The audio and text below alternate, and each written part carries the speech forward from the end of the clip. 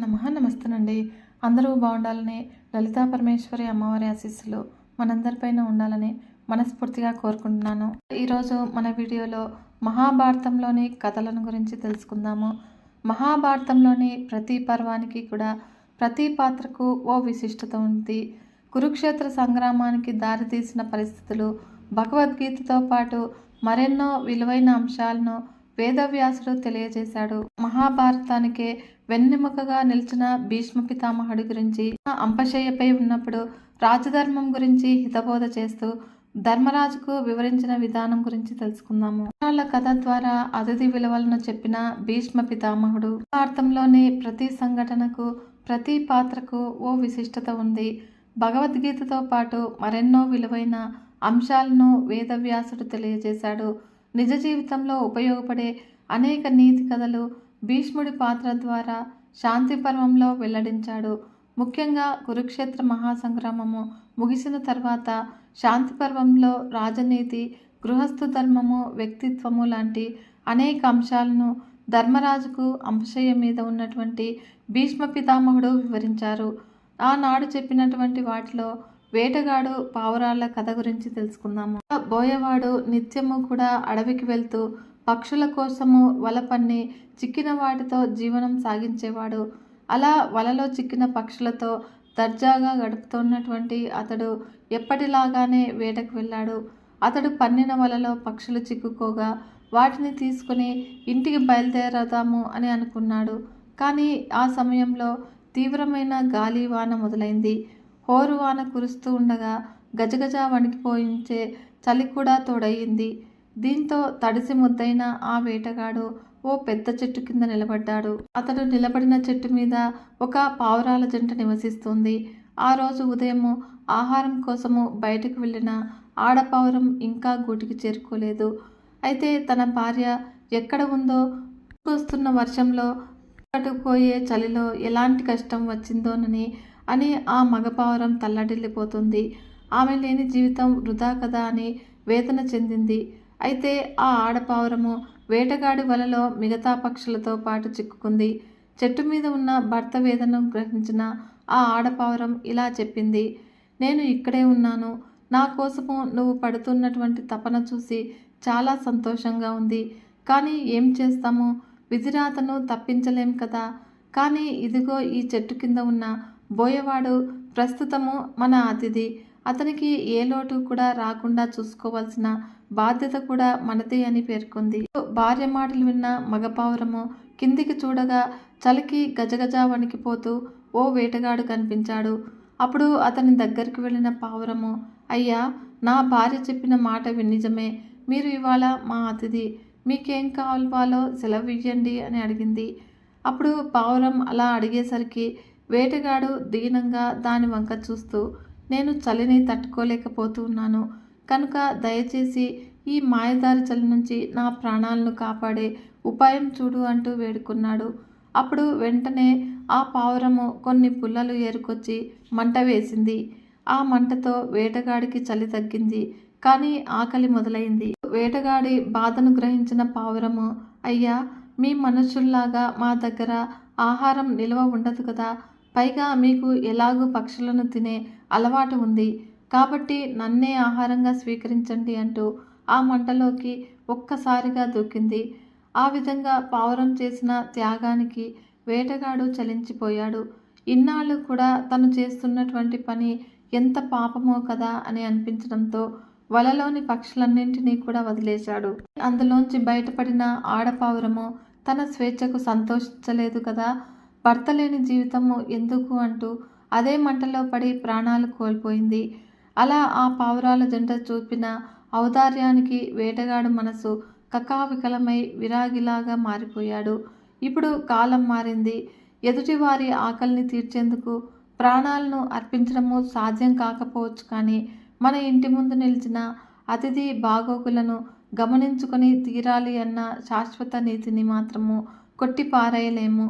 కనుక శత్రువునైనా కూడా సరే కష్టంలో మనం ముందుకు వస్తే తోచిన సహాయం చెయ్యాలి అన్న ధర్మాన్ని త్యజించరాదని నీతిని బోధ చేస్తుంది. ధర్మరాజుకి భీష్ముడు చెప్పిన చిలుక కథ పగ గురించి ఎప్పటికీ మాసిపోదు అనే కథ గురించి తెలుసుకుందాము.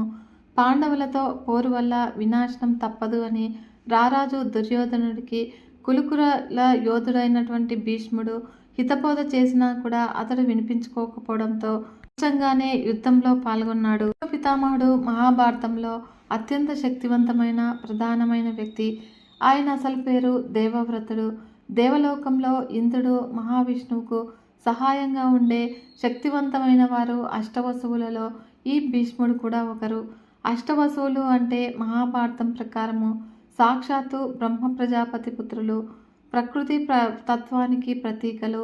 ధర, అనిల, అనల, అహ, ప్రత్యూష, ప్రభాస, సోమ, ధ్రువులు వశిష్ఠుని శాపంతో మానవులుగా జన్మించిన ఈ 8 మందిలో భీష్ముడు తప్ప మిగతా 7 కూడా పుట్టిన కొద్ది కాలానికే దేవలోకాన్ని చేరుకున్నారు. కురుకుల యోధుడైన భీష్ముడు తన తండ్రి కోసం ఇచ్చిన మాటకు కట్టుబడి ఆ జన్మాంతము బ్రహ్మచారిగా ఉండిపోయాడు. పాండవులతో పోరు మంచిది కాదు అని దుర్యోధనుడికి హితబోధ చేసినా కూడా అతడు వినిపించుకోకపోవడంతో అయిష్టంగానే యుద్ధంలో పాల్గొన్నాడు. అయితే అధర్మ పక్షాన నిలబడి ధర్మంతో పోరుకు సిద్ధపడినప్పుడే భీష్ముడు మరణాన్ని స్వాగతించాడు. అదే తన సమర్థతకు శిక్ష అని భావించాడు. కురుక్షేత్ర సంగ్రామం తర్వాత మార్గశిర మాసంలో అయింపశయ్య మీదకి చేరుకున్నాడు. మరియు ఉత్తరాయణ పుణ్యకాలం వచ్చే వరకు తన మరణం కోసం వేచి చూశాడు. అలా అంపశయ్య మీద ఉన్న భీష్ముడు పాండవులకు, ముఖ్యంగా ధర్మరాజుకు రాజధర్మము, రాజనీతి గురించి అనేక విషయాలను తెలియజేశాడు. లౌక్యము, రాజ్య పరిపాలన గురించి భీష్మ పితామహుడు చేసిన ఉపదేశాలు కాలం మారినా కూడా విలువను మాత్రం కోల్పోలేదు. ఇక స్నేహంలో పరిమితులు, పగ వల్ల పొంచి ఉండే ముప్పు గురించి చెప్పిన ఓ చిలుక కథ ఎన్నో విలువైన పాఠాలను నేర్పుతుంది. బ్రహ్మదత్తుడు అనే రాజు చిలుక స్నేహం గురించి ధర్మరాజుకు వివరించాడు. బ్రహ్మదత్తునికి ఓ చిలుక మీద అభిమానం ఏర్పడి అది కాస్త స్నేహంగా పరిణమించింది. ఆ చిలుక బ్రహ్మదత్తుడికి సమీపంలోనే నివసిస్తూ ఉండేది. ఇలా కాలం గడుస్తూ ఉండగా ఆ చిలుకకి ఒక కుమారుడు జన్మించాడు. అప్పుడు బ్రహ్మదత్తుని కుమారుడు ఆ చిట్టి చిలుకతో ఆటలాడుకునేవాడు. ఇలా ఉండగా ఒక రోజున ఆ చిలుకతో ఆటలాడుకుంటున్నటువంటి ఆ రాజకుమారుడికి దానిపై కోపం వచ్చింది.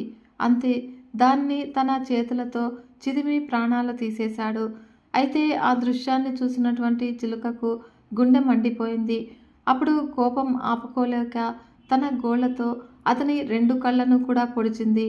దీంతో రాకుమారుడు చూపు పోయి అంధుడిగా మారిపోయాడు. అయితే చిలుక అంతటితో ఆగకుండా రాజు దగ్గరికి వెళ్ళి ఈ విషయం గురించి చెప్పింది. రాజా, నీ కుమారుడు నా బిడ్డను చంపి తప్పు చేశాడు.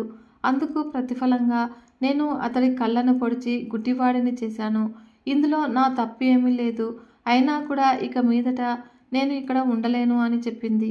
చిలుక మాటలు విన్న రాజు అన్నది నిజమే, కానీ జరిగిన దానిలో నీ తప్పు ఏమీ లేదు. కాబట్టి రాకుమారుడు నీ కొడుకుని తలపెట్టాడు కాబట్టి ఫలితాన్ని అనుభవించక తప్పలేదు. మరి అలాంటప్పుడు నన్ను వదిలి వెళ్లాల్సిన అవసరం నీకేమొచ్చింది? అయిందేదో అయింది. దయచేసి ఇక మీదట కూడా నాకు మిత్రుడుగానే ఉండు అని అర్థించాడు. దీనికి చిలుక బదులిస్తూ, రాజా, నేను నీ కొడుకుని అంధుడిగా మార్చేశాను కాబట్టి నీలో నా మీద పగ ఏర్పడి తీరుతుంది. ఇది 4 రకాలుగా ఏర్పడే అవకాశం ఉంది. ఇతరుల భూమిని అపహరించడం వల్ల, ఆస్తి పంపకాల్లో అన్నదమ్ముల మధ్య, ఆడవారి మధ్య మాట పెరగటం వల్ల, ఎదుటివారి మనసుని గాయపరచడం వల్ల పగ పుడుతుంది. అలాంటి ప్రతికూల భావాలు ఒకసారి మొదలైతే ఇక వాటికి అంతం అనేదే ఉండదు. అలాంటి విద్వేషపూరిత వాతావరణంలో ఎవరిని నమ్మడానికి వీల్లేదు. కాబట్టి నేను నీ కొడుకునికి అపకారం చేశాను కాబట్టి నీలో నా మీద విద్వేషం మొదలయ్యే ఉంటుంది. కాబట్టి నీ తీయని మాటలు విని నేను ఇక్కడ ఉండలేను అంటూ చిలుక అక్కడి నుంచి ఎగిరిపోయింది. ధర్మరాజా, రాజనేవాడు ఆ చిలుక మాదిరిగా తన జాగ్రత్తలో తనుండాలి. రాజ్యంలో ఎవరిని కూడా గుడ్డిగా నమ్మరాదు. శుతిమెత్తగా మాట్లాడుతూ ఉన్నట్లు కనిపించాలే కానీ మనసు మాత్రము దృఢంగా ఉండాలి. అందరినీ నమ్మినట్లుగా ఉండాలి కానీ తన జాగ్రత్తలో తాను ఉండాలి.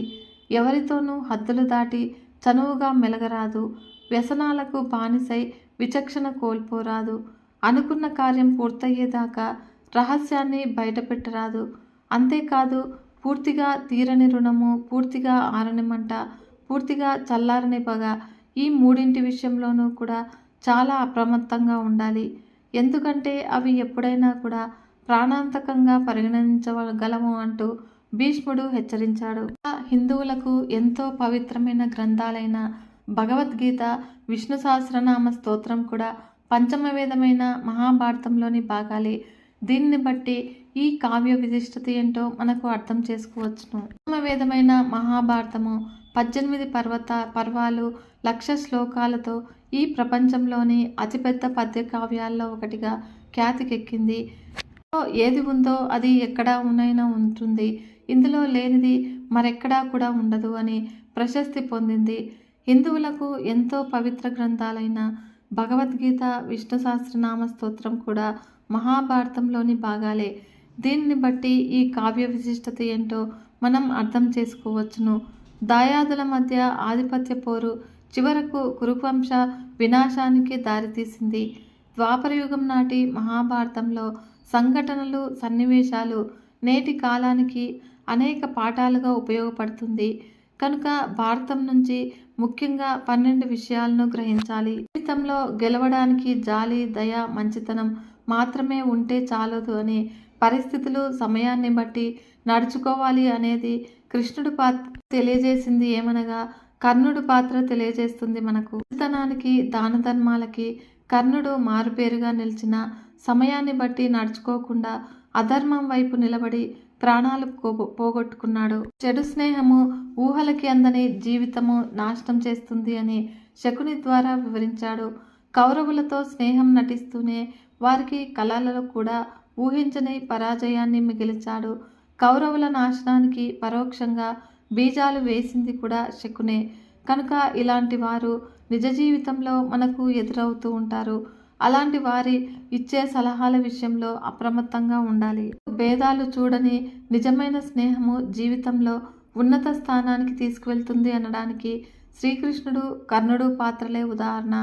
కురుక్షేత్రంలో పాండవుల పక్షాన శ్రీకృష్ణుడు, కౌరవుల పక్షాన కర్ణుడు నిలిచి ఏ స్థాయిలో ఉపయోగపడ్డారో మనందరికీ కూడా తెలిసిందే. కనుక కర్ణుడు లేని రారాజు బలము కౌరవ సేనకు ధైర్యం ఊహించలేనిది. కుల, మత, పేద, ధనిక భేదాలను చూడకుండా మంచివారితో స్నేహం చేసేవారు ఖచ్చితంగా జీవితంలో విజయాన్ని సాధిస్తారు. అధికం అనేది అత్యంత ప్రమాదకరమైన కౌరవ సంతానం ద్వారా వ్యాసుడు వివరించాడు. 100 మంది కుమారులు ఉండటం వల్ల వారిని పెంచడానికి గాంధారికి చాలా కష్టపడింది. రాజ్యాన్ని బిడ్డలకు సమానంగా పంచడము, వారి బాగోగులు చూస్తూ క్రమశిక్షణతో పెంచడం చాలా కష్టము. అలాగే దుర్యోధనుడి కోపము, అధికమైన రాజ్యకాంక్ష కారణంగా కౌరవులు నాశనమయ్యారు. కాబట్టి అన్ని చోట్ల కూడా ముఖ్యంగా చెడుపక్షాన అధికం అనేది అత్యంత ప్రమాదకరమని తెలుస్తుంది. ఎవరి పనులు వారే చేసుకోవడం వల్ల అత్యంత క్లిష్ట సమయంలో ఉపయోగపడతాయి అని పాండవులే ఉదాహరణ. అరణ్యవాసము, అజ్ఞాతవాసం సమయంలో పాండవులకు గతంలో నేర్చుకున్న ఇంటి, వంట పనులు ఉపయోగపడ్డాయి. అలాగే మనిషికి కూడా అవసరాల కోసము కొన్ని పనులు నేర్చుకోవాలి. మనకు సంబంధించిన దానికోసము ఎంత కష్టమైనా కూడా పోరాడాలి అని పాండవుల దృఢవైఖరి తెలియజేస్తుంది. కౌరవులతో పోల్చుకుంటే పాండవుల సైన్యము చాలా తక్కువ. అయినా కూడా పాండవులు ఆత్మవిశ్వాసము, చిత్తశుద్ధితో పోరాటం చేసి విజేతలుగా నిలిచారు. పిల్లల పట్ల అతి ప్రేమ నష్టం కలిగిస్తుంది అనడానికి ధృతరాష్ట్రుడే ఉదాహరణ. ఓవైపు బిడ్డల మీద ప్రేమ, ఇంకోవైపు తను నమ్ముకున్న సిద్ధాంతాల మధ్య ధృతరాష్ట్రుడు నలిగిపోయాడు. కొడుకుల వినాశనం తెలిసినా వారు చేస్తున్నటువంటి దురాగతాలను ఆపలేకపోయాడు.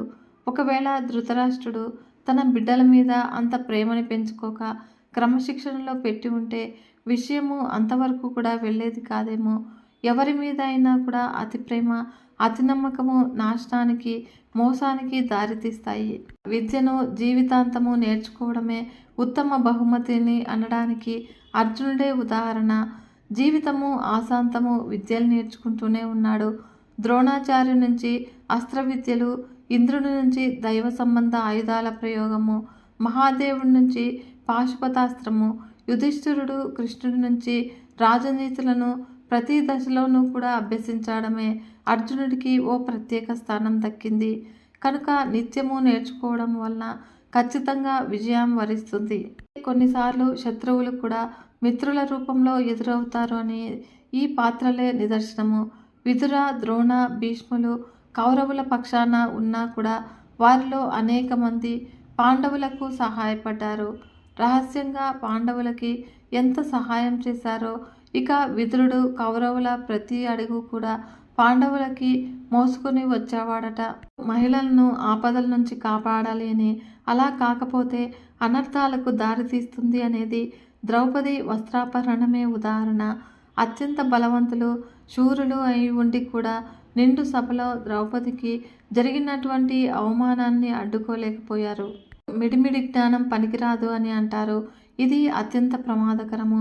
పద్మవ్యూహంలోనికి వెళ్ళడమే కానీ బయటపడటమో తెలియక తనకున్న అర్ధజ్ఞానంతో అభిమన్యుడు లాంటి మహావీరుడే నేల కొరిగాడు.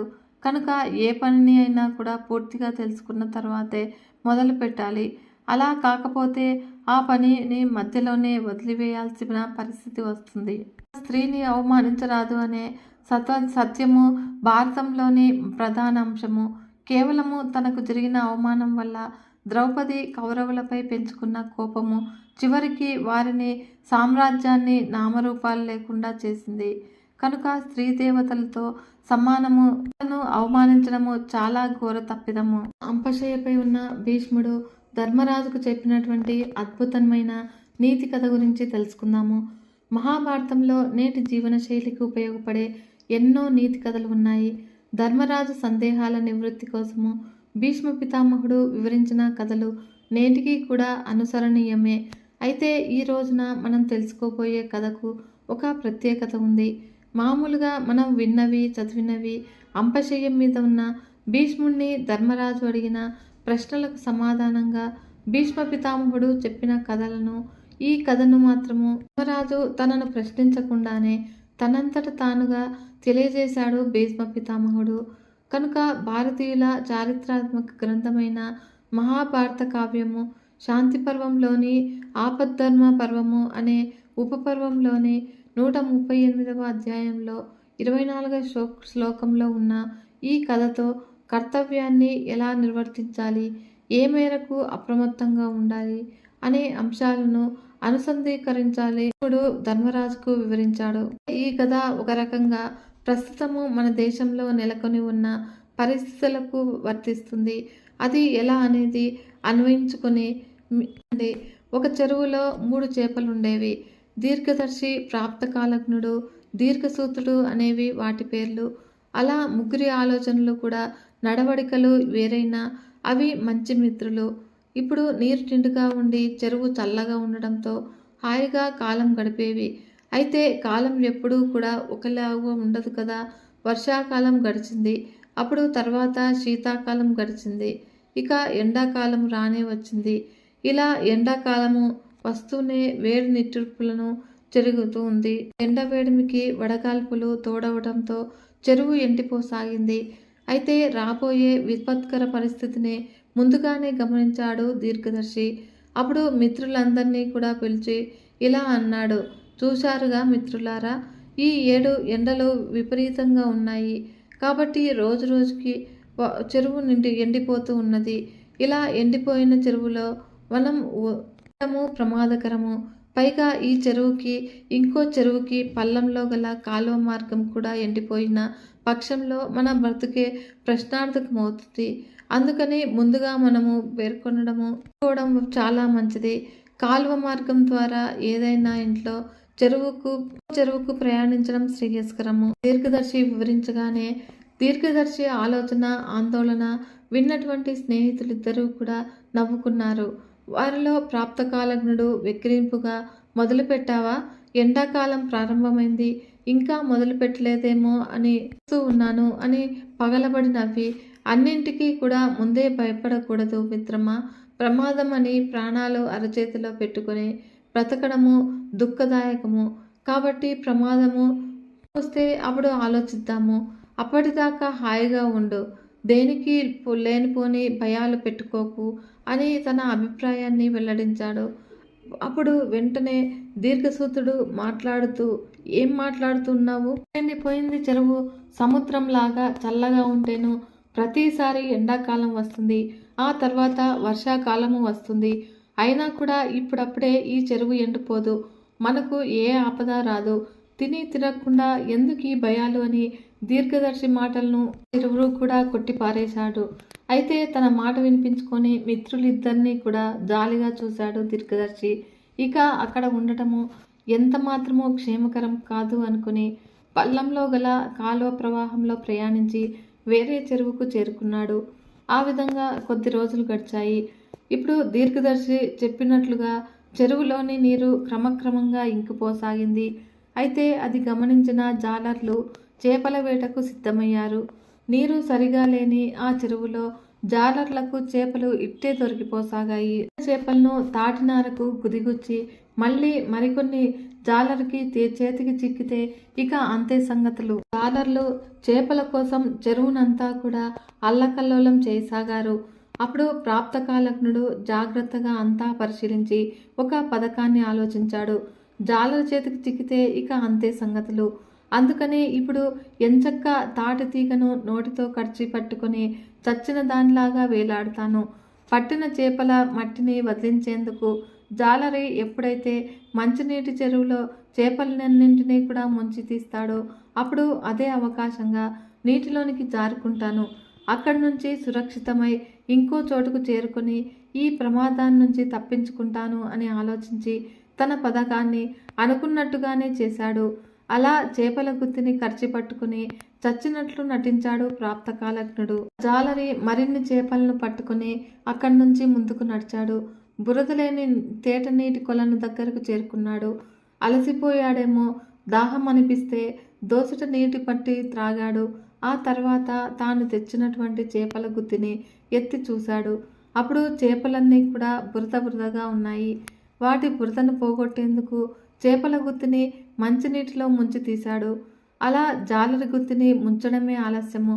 అప్పుడు ప్రాప్తకాలజ్ఞుడు చక్కగా నీటిలోకి జారుకుని తన ప్రాణాలను కాపాడుకున్నాడు.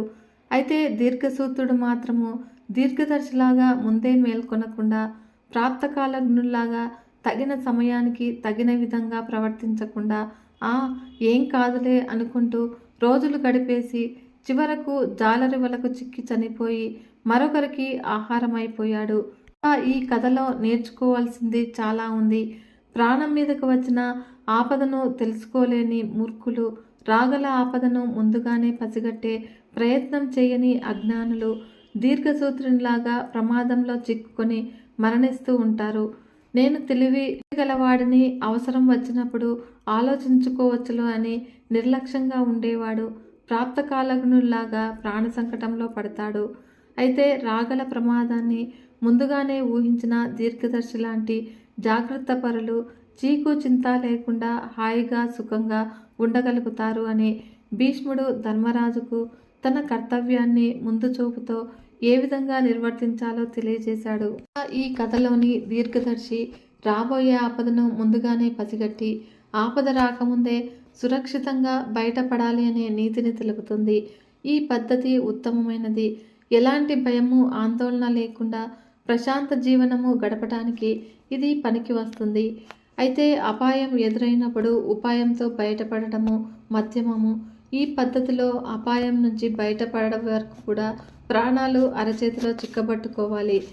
కనుక అపాయం నుంచి తప్పించుకోవడానికి మన ఉపాయము నెరవేరుతుందో లేదో తెలియదు. అందువల్ల దానికంటే మొదటి పద్ధతే ఉత్తమమైనది. ఒకవేళ ఏ కారణం చేతనైనా మొదటి పద్ధతిని పాటించలేకపోతే ప్రాప్తకాలజ్ఞుల్లాగా రెండవ పద్ధతి ద్వారా ప్రాణాలు కాపాడుకోవాలి. ఇలా ఈ రెండు పద్ధతులు పాటించని లాగా ఉంటే దీర్ఘసూత్రునిలాగా నశించిపోవలసి వస్తుంది అని చక్కని నీతిని ఈ కథ ద్వారా భీష్మ పితామహుడు ధర్మరాజుతో పాటు మనందరికీ కూడా తెలియజేశాడు. విన్నారు కదా ఫ్రెండ్స్, ఈ వీడియో మీకు నచ్చినట్లయితే ఒక చిన్న లైక్ చేసి మన ఛానల్ని ఇంతవరకు సబ్స్క్రైబ్ చేసుకోకుంటే సబ్స్క్రైబ్ చేసుకొని సపోర్ట్ ఇవ్వండి ఫ్రెండ్స్. మరొక మంచి వీడియోతో మీ ముందుకు వస్తాను. అంతవరకు సెలవు. నమస్కారం.